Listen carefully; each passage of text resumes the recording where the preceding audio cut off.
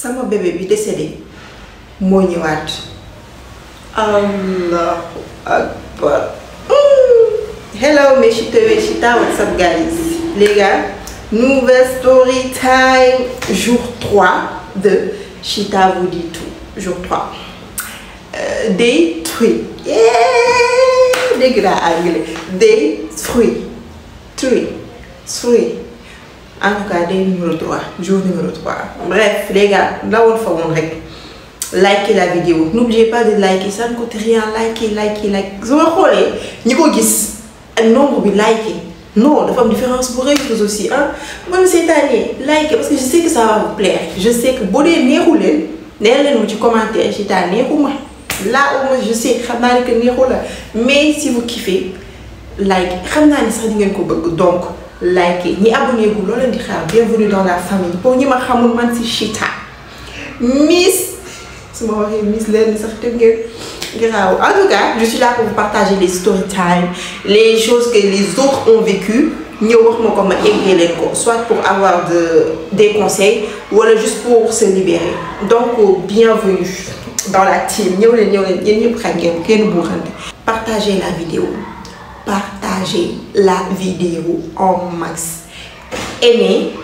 commentez, abonnez-vous. Abonnez-vous parce que là c'est chaud, en plus sa story bi vous allez être bouche bée et je pèse bien mes mots donc ce qu'on fait générique.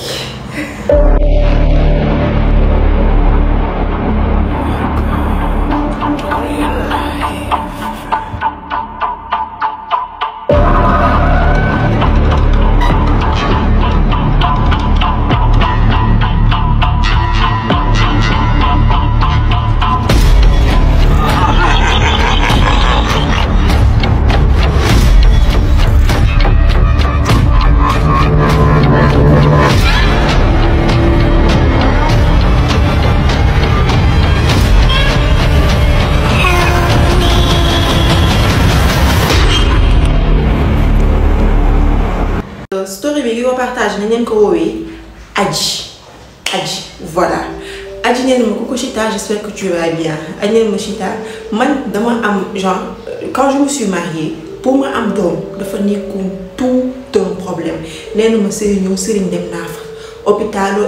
dem naa fa examen def naa ko mais rien ne marché dem naa ba dama ne ok xëy na ci man la man maa mënul am doom mais lépp war na ne que j'étais capable d'avoir d'enfant en fait mënoon naa concevoir donc pourquoi mënuma woon am mësuma ko comprendre ne ma njëkk naa marié ba divorcé loolu moo taxoon cause parce que marié naa 6 ans j'ai pas pu avoir d'enfant parce que dafa teel a marié faut savoir que dafa teel a marié neen ma mënuma am doom par la suite sama jëkkër ci la ma libéré daane moom non famille moom il faut que ñu concevoir il faut que ñu am doom ñi ngay commencé di ko pointer du doigt nan ko mënoo am doom te moom nee na ko te moom leer na ko ni moom du problème bi man tamit dinaa ko ni nga xamee ni yow du problème man aussi du problème bi kon xaw ma xëy na yàlla rek moo ñu bëggul may doom en vrai mais cause bi nekkul man mais il a rien voulu savoir ne Chita par la suite ci la ma bàyyi ma daal di dellu sama kër waajur et tout.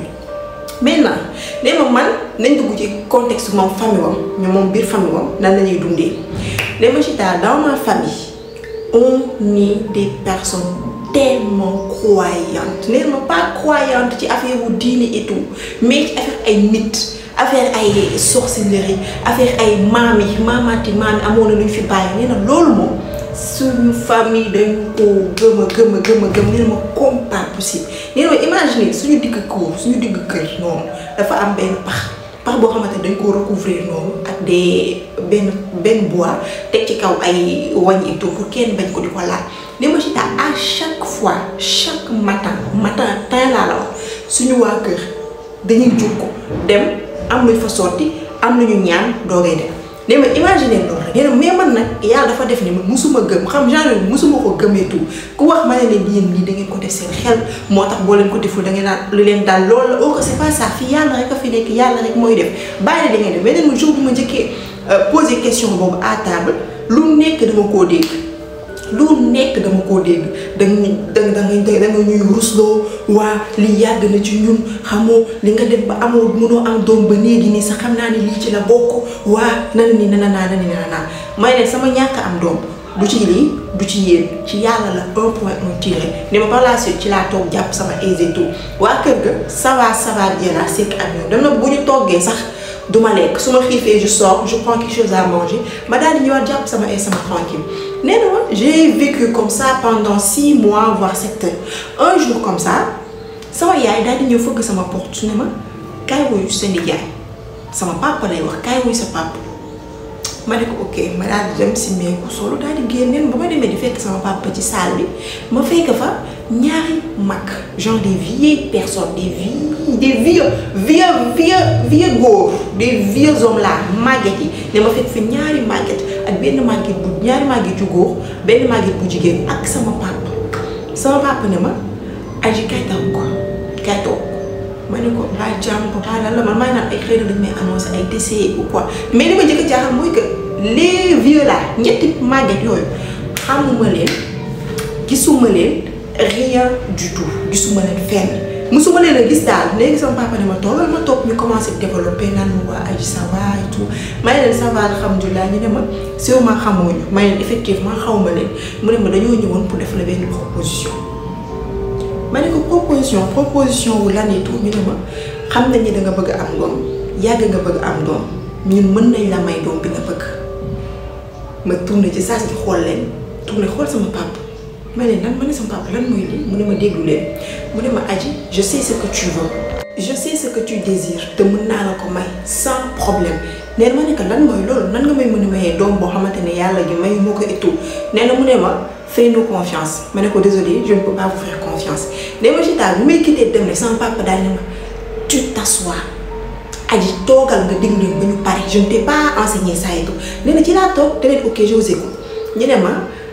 pour nga am doom bi nga bëgg a am pour nga am doom bi nga bëgg a am tu dois faire benn chose kese chose boobu mooy tu dois épouser notre enfant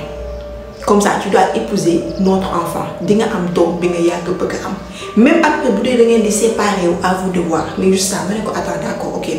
maintenant loolu su ma ko defee man j'ai quelque chose à gagner dina am doom mais vous lan ngeen ciy gagner ñu ne ma rien de bien important kese ne ma à toi de voir on te laisse le temps de réfléchir may nañ le temps pour nga xalaat ci tout ci laa ne mën naa dem ñu ne ma mën naa jug dem sama chambre te ci ma toog sama chambre di xalaat di réfléchir maanaam waa comment est-ce possible ñii nan lañ ma mën nan la leen mën a wóoree que ni su ma marié ak seen doom dinaa am doom or que marié naa pendant quelque temps mënuma concevoir mënuma am doom donc comment ça se fait que ñoom ñu wóor leen ñuy wax ak assurance que ni si je me marie ak seen doom damay am doom te man j'ai quelque chose à gagner mais ñoom waxuñu ma dara la lañ ci war a mën a gagner ne ma ne non c'est pas sûr et tout ñi dañoo gëm affaire de maraboutage xaw ma la ma génn ci mais dama ci dans cette nuit là mën naa ne ci la déclic bi daal di ñëw sama bopp guddi googu ma tëdd je n'arrêtais pas de penser au bonheur d'être mère ni ma yàgg bëggee am doom ni ma yàgg sonné ni ma yàgg dépenser xaalis lépp pour mën a am doom ñoom ñu ne ma mën nañ ma may doom bi ma bëgg ma nekk fi naan damay douter et tout ne ma Chita ma toog ma ne non sama xel bi naa ma non bu ci dugg xel bi naa ma demal xel bi naa ma tu n'as rien à perdre bi naa ma tu as gros à perdre ne ma affaire de tirailler comme ça dans ma tête ci laa jël sama téléphone ma woo sama benn xarit bu xamante ne donc sama ami longue date la moom xam na genre suñu famille ñun ni ñuy fonctionner moom xam na ko je l'ai appelé je lui ai expliqué toute l'histoire lépp mu ne ma attends Adji lañ may wax nii mais pourquoi tu veux pas tenter même que boo marié kooku boo ko bëggul nga am sa doom après tu divorces après tu t'occupes de ton enfant tu as la possibilité tu as les moyens pour t'occuper de toi et de ton enfant lan ngay lii en vrai lan ngay lii nag kooku moom a gën a jox courage pour que ma dugg ci ne ma après ba ma waxtaanee ak moom guddi googu j'ai pas pu dormir may xalaat naan ok je fonce je ne fonce pas mais ma déclic bi c'était que dama nekk ci TikTok bi comme ça di défiler ci laa yam ci benn vidéo ay bébé genre bébé yooyu di reetaan et tout sama xol tooy je me suis mise à pleurer comme ça ma commencé di jooy c'est après ça que je me suis décidé daal ne ok c'est bon duma wàññi dara su ma defee duñu bëgg nee ma danaa dem ci laa dem ci sama néegu yaay papa ne ko papa réfléchir naa et je suis prête je suis d'accord mu ne ma sérieusement ma ne ko oui je suis d'accord mu ne ma ah loolu kay nouvelle bu neex la mu ne ma d'accord si kanam dinaa leen woo ma wax leen ko comme ça ñu jàpp bés pour seen mariage ma ne ko mais avant bëgg naa gis xale bu góor bi bëgg naa jàkkaarloo moom bëgg naa waxtaan ak moom pour voir yan genre góor la en vrai parce que bëgguma aussi n'importe qui di nekk sama papa yi doom voilà bëgguma n'importe qui di nekk sama papa doom donc le minimum mu ne ma ok pas de souci. aji neen ma Chita quelques heures après sama yaay fëgg sama chambre ma daal di ko ne entrer mu ne ma kaay ñu sa ñoom papa ci laa génn ma demaat ci salle bi ma fekk fa les mêmes gens daal ñetti màgget ñaar ñu góor ñaar jigéen ak sama papa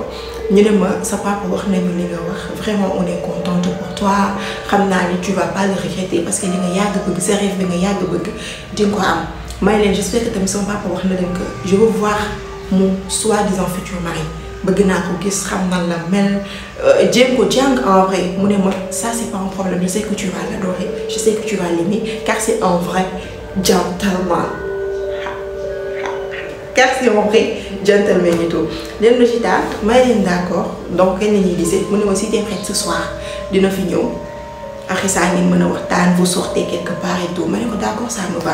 léegi Chita après ñoom ci lañ ma bàyyi leen ak sama papa ma dugg sama chambre et tout commencé naa ok pour woo sama copine bi expliquer lépp mu ne mu may toog si naan sûrement mën na nekk kër caliente et tout boo ko gisee tu vas tomber dingue de lui donc lépp mën na ci am daal. Mets-toi prête, mets-toi belle après toi et tout, mets du parfum. Tu lui poses toutes les questions que tu veux, juste pour genre que nous apaiser tout. Je suis d'accord. Le soir, vers les 20h, le gars se pointe devant ma porte. Genre, il y a un cœur, double, il y au téléphone. Je me le numéro, je ne reconnais pas, je n'ai pas reconnu le numéro. Je me salut. Bye. Je me bye. maa ngi génn contexte bi man tamit bëgg naa la boo de nee ma boobu baat ne ma Chita ma ne ko oui et tout allo mu ne ma salut Adji j'espère que tu vas bien ma ne ko oui ça va vous êtes mu ne ma en fait mën nga génn sa buntu kër ma ne ko attends vous êtes qui nga ne ma mën nga génn sa buntu kër man mu ne ma man lañ la doon wax ma ne ko kan mu ne ma sa papa ak sama ñoom parents yi ma ne ko ah ok tu rentres pas mu ne ma non je préfère pas juste ñëwal maa ngi taxaw ci buntu bi. ma ne ko d'accord ma daal di sol ma daal di génn et le gars avait une très belle voiture nee ma Chita porte yi lii bi vitre yi dafa blindé donc dama ñëw ma fëgg vitre bi nii mu ubbi bunt bi ma yër et là je vois un nom maman je vois un nom super méga caliente comme ko sama xarit bi waxee woon ma Chita le gars était grave beau tellement magnifique. Né on a tout ghetto, mon je peux te faire la bise. Mais d'accord, pas de souci, on se fait la bise, moi et tout. Tu sais ce qui va le plus marquer Chiwaji. Aïe, on va ça va voilà, il me double leg. Mais moi j'étais un gars de il était très présentable, très bien habillé. Il savait s'y faire avec les femmes. Genre que xam les mots yi muy wax, xam ni muy comporter, te ne ma doon ray mooy son sourire. Les sourires du beau gosse là, le Chita son sourire. Le gars était un gentleman, très correct. Ni ma doon xalaatee mu nekk ay mag wala genre xamuñu àdduna te en plus de ça man je me disais que ça genre ci apparence je me disais qu'il était plus jeune que moi or que non moom magee woon 4 ans ci li ma waxoon dégg leen baax ci li ma wax moom magee woon 4 ans. Après ça, tu l'as quitté, nous sommes au resto, nous avons fait une balade, on a parlé vraiment pour dire la vérité. Je me déposé là sur mon cœur, je ne voulais même pas rentrer tellement le gars m'avait frappé dans l'œil. Te li ñuy waxtaan genre ni ñu suñu parents yi bëgg matcher loolu yëpp laajuma ko ci dara laajuma ko ci yooyu dara ba mu andiwaatee suñu kër et tout le lendemain sama papa fëgg sama chambre ne ma Adji qu'est-ce que tu en penses ma ne ko ah papa vraiment c'est un gars très bien et tout mu ne ma waxoon naa la ko doo dugg ci lu bon duñ la duggal ci lu bon ma ne ko d'accord ne ma ci daal ñu waajal mariage bi 4 semaines après lañu waroon a marier on s'est marié, mariage simple vraiment. J'avais juste la famille, sama famille, man ak paay que xawma sax genre gisuma ay famille wam juste paay ñetti paay ñaari góor ñi ak kenn ku jigéen ñi kese ñoo fa nekkoon ñuy représenter famille wam ci suñu kër et tout on s'est marié, on a fait nos vœux et tout léegi mu Chita le soir on a consommé notre mariage le soir même du mariage on a consommé notre mariage et on l'a pas consommé chez moi, on l'a pas consommé chez lui, on l'a pas consommé à l'hôtel, mais plutôt on l'a consommé ci àll. ay lu des xanaa on l'a consommé ci àll. Même je me suis pas trop posé de questions parce que pour dire la vérité j'avais envie de ça. Vu que man li ma gënoon a focus mooy xale bi doom bi ma ci nar a am nee ma quelques mois après je découvre que je suis enceinte quelques mois après je découvre que je suis enceinte le temps passe maa ngi dem hôpital ñu ngi poursuivre normal tout était normal vraiment tout était normal jour bi ma war a accoucher le sexe du bébé aussi c'était un garçon bébé ba ne ma Chita fii la lépp commencé. léegi Chita jour bi ma war a accoucher ci échographie lañ xamee sexe bi ne jour bi ma war a accoucher genre ba ma xamee ni que je commençais à perdre les os et tout ma wax ko sama yaay ñu ne ma dañ may yóbbu man je pensais que hôpital lañ may yóbbu léegi Chita yóbbuwuñu ma hôpital ci benn endroit bu sinistre lañ ma yóbbu nee ma j'ai pas suivi la route tellement sama biir bi la doon métti topp may yoon bi pour xam fan la mais arrivé sur les lieux je pensais que hôpital laaj may yóbbuwuñu ma hôpital ci benn endroit mën naa ne genre chambre la et aux alentours du lit alentour lit bi y avait des béjjën y avait des pétales y avait des lequettes y avait un liquide rouge y avait beaucoup de choses ma ne sama yaay lii lan la ana yóbbu woon hôpital laa la wax sama yaay ne ma calme-toi fii nga war a amee doom nee ma maa ngi bëgg a débattre pour mën a quitter fii parce que di nga gis loolu yëpp bëgg fee toog bañaa dem nee ma mais j'avais pas cette force tellement j'avais mal au ventre contraction yi ngi ñëw et à chaque fois je criais j'ai hurlé moo tax mënuma woon jug sax naan damay quitter fii léegi yëpp foofu laa accouché c'est xam foofu laa accouché c'était deux hommes et une dame ñoo ma accouché pas màgget yi fa nekkoon mais yeneen màgget ñoo ma accouché après ça ma jël sama doom ñu ngi koy teg sama kaw le garçon mon petit bébé a hurlé a crié il a pleuré Chita sama doom jooy na xam naa ni que sama doom judd na xam naa ni que sama doom tout allait super bien ils me l'ont pris ñu daal di jël sama doom daal di dem ma naan leen jox leen ma sama doom sama yaay ne ma calme-toi dañ la koy andilaatal dañ koy nettoyer et tout ci laa commencé naan bu leen ko yóbbu foofu andi leen ko fii ngeen nettoyer ko fii sama kanam sama yaay ne ma calme-toi bàyyi na ngay def respire xaw ma ne da nga sonn noppaliku leen par la suite je me suis endormie je ne sais pas pourquoi mais je me suis endormie quand je me suis réveillée me tourner j'ai pas vu mon bébé auprès de moi. sama yaay nekk ko fi j'étais toute seule dans la chambre je ne voyais personne te genre li wéeroon sama néeg bi yi wéeroon sama lal bi ma doon accoucher bi lépp li ci wéeroon li ko wëroon nekkatu fi donc j'ai daal imaginer choc boobu leen nekkatu fi may yuuxu yaay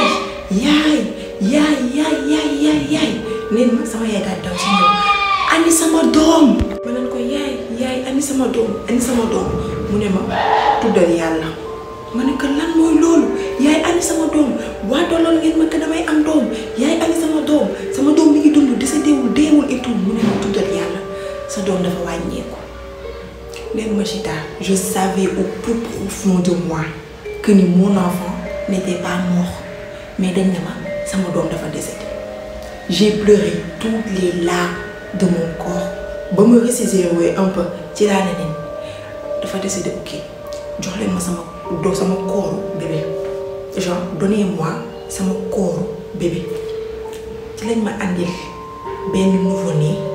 bu ñu lëmës dégg leen bu baax de benn nouveau-né bu ñu lëmës ma téye sama doom nii di jooy di ko raay di jooy benn instant comme si dañ ne ma dindil couverture bi ñu ko lëmësee Chita j'enlève la couverture et je me rends compte que le bébé qu'on m'a donné n'est pas un garçon mais une fille bébé bi ñu ma jox moo décédé ce n'est pas un gars mais c'est une fille ma ne sama yaay du sama doom sama yaay ne ma si sa doom la ma ne ko yaay du sama doom sama yaay ne ma sa doom ma ne ko yaay sama doom góor la te kii ngeen ma jox jigéen la jox leen ma sama doom laa wax jox leen ma sama doom. Après quelques instants, 2 jeunes dames daan dugg si avec un bébé comme ça un bébé sama yaay ne ma sa doom a ngi nii dañ koo jaawale woon mais sa doom a ngi nii mu ne ma il faut que nga naan sa garab yi ba pare balaa ñu la koy jox ne ma Chita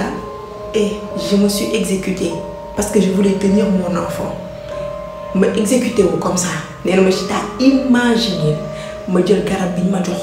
je l'ai bu. J'ai perdu connaissance. Quand je me suis réveillée, il y avait un bébé auprès de moi. Un petit garçon, mais il ne respirait pas. J'ai pas compris. Mané sama yaay, sama bébé mi ngi doon dund. Mu ne ma sa bébé dafa décédé wax naa la ko sànq dafa amoon keneen ko doon accouché fii ñii dañoo juum jox la bébé bi. Nee na ma de un, j'ai pas cru à cette histoire-là. Mais au moins cette fois-ci, jox nañ ma bébé bu góor bu nekk sama kaw bu ma téye.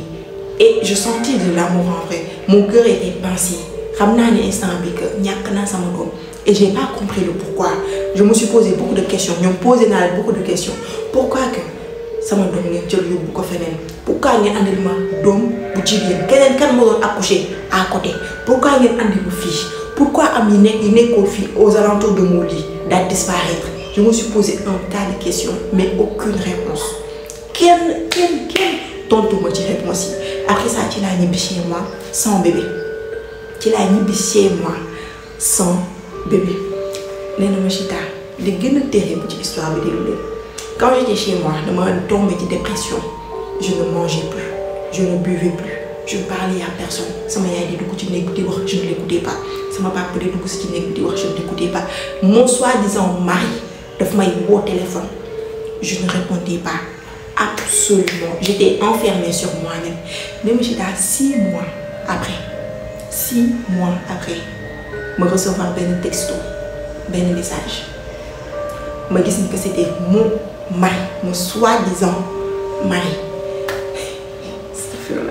Le gars me dit, minuit pile, devant ta porte, sors, je te remets ton enfant. Minuit pile. Devant ta porte, sors, je te remets ton enfant. Génnal ma jox la sa doom. Ma ne attends, il se moque de moi ou quoi?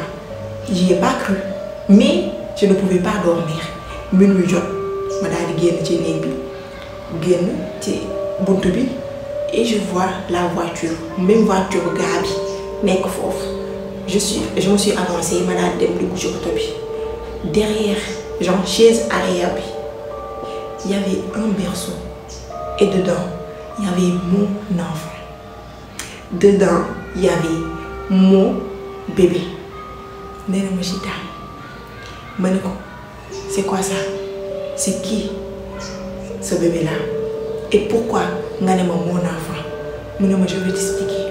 Mais il faut que nous avancions, il faut que nous guidons de Cubi pour que nous sachions lépp. Je dis non, je ne vais pas quitter d'ici tant qu'expliquer au monde. Je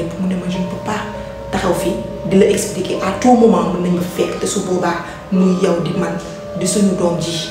du ko fekkee donc ne woon ñu dem ne ma ne ko attendre moi quelques minutes ma daal dugg récupérer sama quelques affaires personnelles pas d'habits juste le nécessaire ay carte d'identité et tout daal di génnaat yéeg ci oto bi même si on a roulé des heures et des heures et des heures arrivé ci benn dëkk xaw ma ban dëkk la foofu lañ toog ci benn hôtel ci la ma expliqué lépp soit disant que moom il n'a pas l'âge de ma wax dégg leen baax de moom il n'a pas l'âge de ma wax il est extrêmement vieux mais il ne vieillit pas. Le pourquoi il ne vieillit pas mooy liir yi genre bébé dégg leen baax bébé bu doogay judd rituel yi ñuy def day tax moom day jël vie wu bébé bi yépp jeunesse bi bébé bi war a am yépp après le bébé meurt. Après le bébé meurt. Donc j'étais allée là taxawee di ko xool parce que j'arrivais pas à y croire mu ne ma yaa ngi fàttaliku yaa ngi gis n'est-ce pas nëbb bi nekk seen kër ci biir ma ne ko waa mu ne ma suñuy ancêtre ñoo fi nekk say ancêtre yow ak samay ancêtre man mu ne ma tu vois pas ta maman tu vois pas ton papa pourquoi duñu vieillir jamais te mu ne ma exactement j'avais pas fait remarque boobu defuma ko mu ne ma le pourquoi mënoo woon am doom c'était à cause de tes parents sa papa ak sa yaay ñoo tax mënoo woon am doom à chaque fois boo jëloon ëmb ci sa biir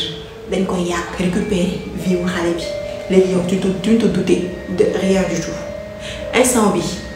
dañoo amoon bor bu ñu waroon a fay c'était pour ça que ñu waroon a lëkk ak man nga am doom bi sama ancêtre man moo ko waroon a récupérer nee ma mais je n'en peux plus mu ne ma comme ça j'ai vécu suffisamment mënatuma loolu je ne peux pas concevoir doom bu ma am parce que tout le temps nee na noonu la dañ koy boole ak jigéen mu am doom après ça parce que ñoom pour ñu récupérer puissance su xale bi vie wu xale bi pour que ñu mën a récupérer ko il faut que kenn ci parents xale yi bokk ak ñoom famille genre ku jigéen ki il faut que mu bokk ak ñoom famille wala ku góor ki il faut que mu bokk ak ñoom famille mais mu ne pour que affaire bi gën a puissant il faut que ñoom ñaar ñëpp ku jigéen ki yaay ji ak papa ji yëpp bokk même famille et c'était ça là. Je ne sais pas si vous comprenez bien, mais c'était ça là. Némochita, je me dis donc, ok, j'étais sous le choc. Je me dis pourquoi donc récupérer le parce que je te l'ai dit, j'en ai marre. Parce que là, je suis très âgée, et je ne sais pas pourquoi. Toi, je t'aime bien. Moment où je me passe à Guillaume, ça m'a. Genre que, je me suis rendu compte, c'est quoi aimer? Je me suis rendu compte. À sentir que parce que je sentais que je te plaisais tu vois tout ça là ak bama gissé ça suñu dom nim lo nduroowé bam nekké bébé comme ça suñu dom nim lo nduroowé won je ne pouvais pas concevoir kenen di jël puissance suñu dom mom muy décédé c'est pour ça que dama ko sacc ñew jël ci la pour que ñu dem et pour que ñu mëna vivre suñu vie tranquille il faut qu'on quitte le pays mu ne ma à toi de voir soit mën na la délo sa kër man je m'en vais mais si je ne vais pas le laisser ici parce que je sais que mon côté est fi c'est par la suite que j'ai pris la grande décision de partir avec lui instant bi quitter nañ dëkk bi ñi ngi ci beneen dëkk du wax dëkk bi nee na mais nee na ñi ngi ci beneen dëkk et ils vivent leur vie tranquille seen doom bi instant bi màgg na et tout leur fils il a 7 ans cette année-ci année bi la am 7 ans je vis le parfait amour. Vraiment, le gars, il me comble de bonheur. Et man, j'étais comblée, je me suis dit, vous voyez l'histoire. Et là, ils ont changé le numéro de téléphone, on a tout coupé là. Lire, il y a plein de coupé. Nous nous retrouver. Tu vois? Donc, moi, ça fait que point final.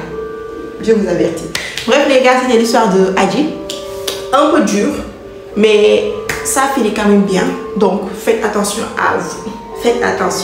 vous. Bref, n'oubliez pas de liker la vidéo si il vous a plu. Commentez des cœurs. Ou le avis personnel sur ce sujet-là. Partagez la vidéo en max. Et on se dit à très bientôt pour de nouveaux story time.